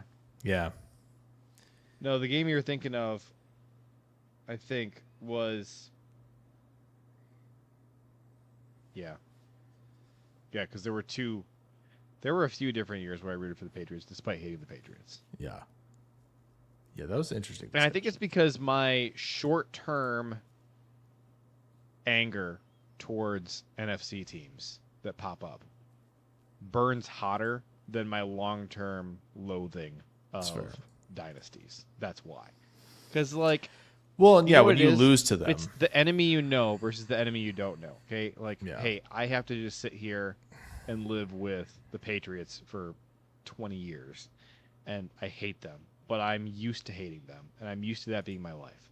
And when somebody new pops up, when I'm mad at the Seahawks for 2 years in a row or 3 years in a row, then I'm just there's the audacity. You have the audacity to become good and become a pain in my butt, or like the Lions when they were really good for 3 years. You have the audacity. You have the audacity to go from being a perennial loser to something being a pain in my butt and gloating over me, oh, screw you, buddy. Whatever it takes to prevent you from cashing in on this, and if you can just always look back on the season and be like, oh, if only, what could have been. If you have to live with that pain, I wish that on your fan base. That's it's fair. Textbook JJ with fly by night NFC teams that pop up and tick me off. Yeah, that's understandable. That's understandable. For sure. Again, I don't hate the Chiefs. Have never really hated the Chiefs. There are things surrounding the Chiefs that I hate. There's individual players pop up that I'm like, all right, I really think you're just a scummy human being. I can't stand that you are winning games. That bothers me or whatever. And then you got the whole media sideshow and Jackson Mahomes, and there's a lot of things surrounding the Chiefs that have irritating things with them. Yeah. That for me, it just doesn't rise to the level of actually bothering me enough to really be frustrated with the Chiefs. That's fair. And a lot of people hate Mahomes. I just don't. I can be irritated with the way that broadcasters talk about Mahomes, but I don't really feel like he hypes that up himself. Not really. No. Yeah, doesn't feel like it. There's quarterbacks around the league and other positions that get overhyped and are annoying because they feed the overhype. And then you got this, Tom Brady's an example, Patrick Mahomes is an example of dudes who do kind of just keep their head down and do their job, happen to be very good and very successful. And then through no fault of their own, the media choose to be ridiculous and obnoxious. And I don't know that it's really fair to hold that against that player.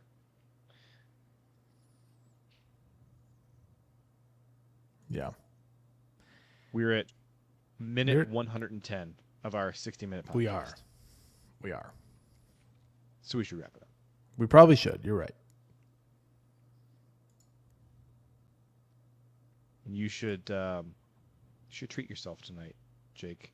You deserve something nice. I'm not too sure about that one.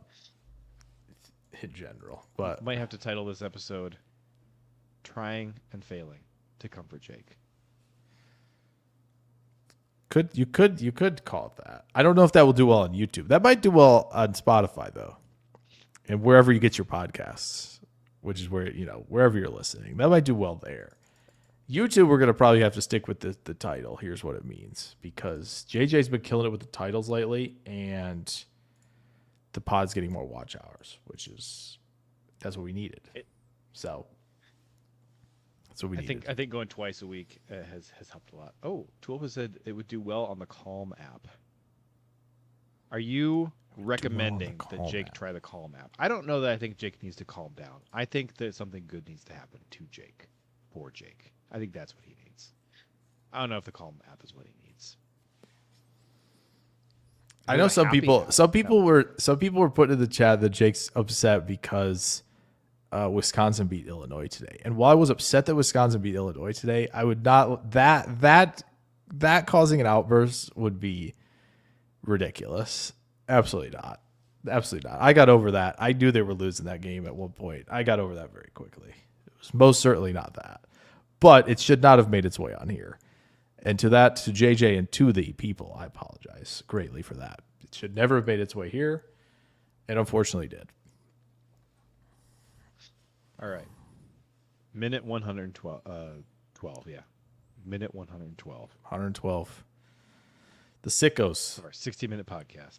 in the comments who keep us here for a long time, that's a testament to you guys.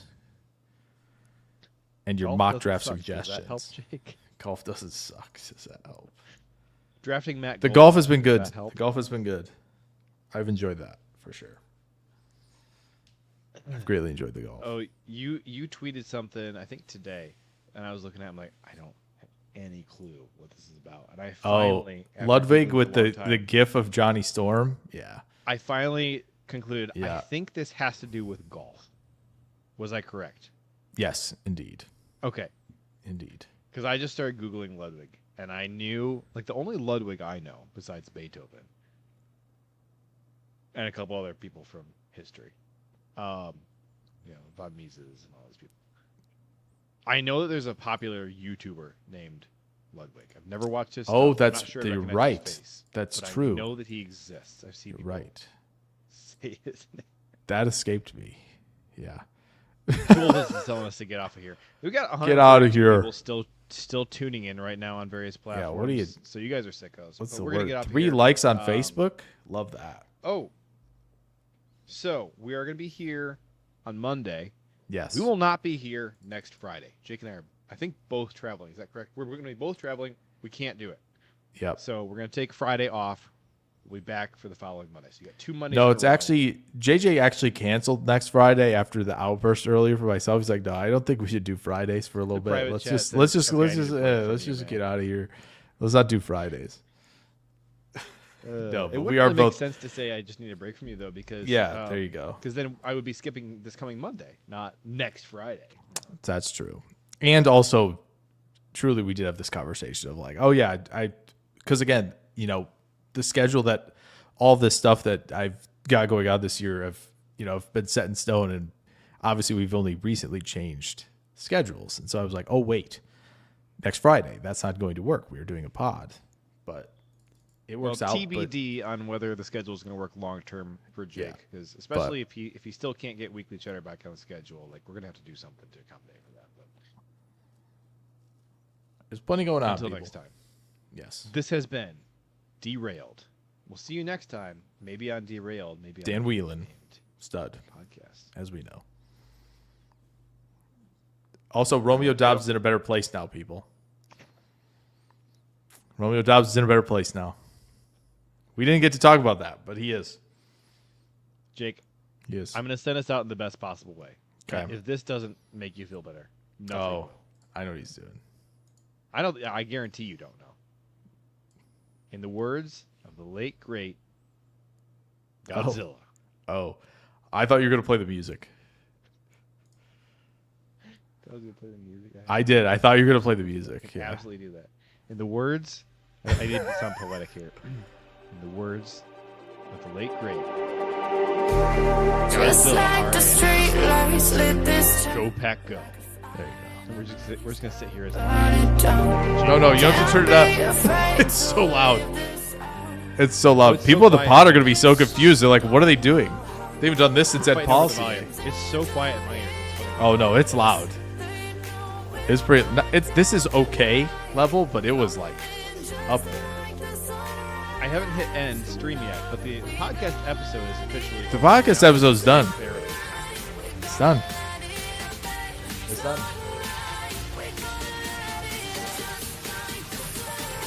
Are you guys chill? All right, let's do another mock draft to the music in the background. They'll never know. They'll never know. As long as you don't think that I've ended the stream. The stream is absolutely still going. It's absolutely still going. Someone came back in on YouTube. Don't know what that's about. It's like the after show. It's the after show. This isn't going up on the pod. The pod finished. This is for those who are still sitting here. All right. I've always wanted to do this. I edit the pod before I upload it. So I've always wanted to do this. Yeah. All right. We have 10 seconds to pick. Okay. 10 seconds to pick. 10 seconds on the shot clock. Okay.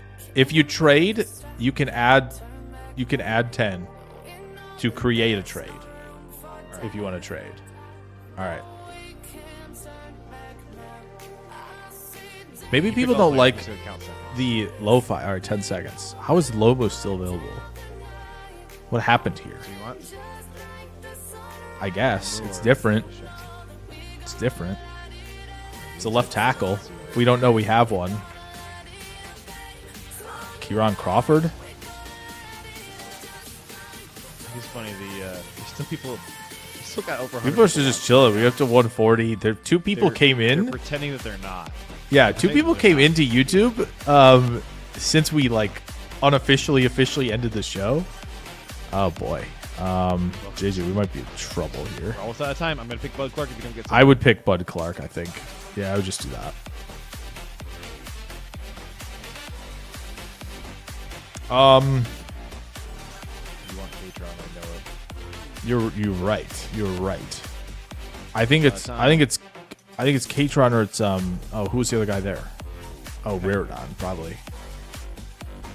I think that's good. All right, we haven't taken a corner. Not that there are going to be any, but you know. There never are. Almost out of time. I vote take one of the tight ends. Uh, Not these guys. Oh, okay. Well, I think well, Delpa's still there. But we're about to run out of time. I had that's to fair. grab That's somebody. fair. Okay. Cole Payton. All right. I've never gotten to the seventh round this quick in my life. Corner.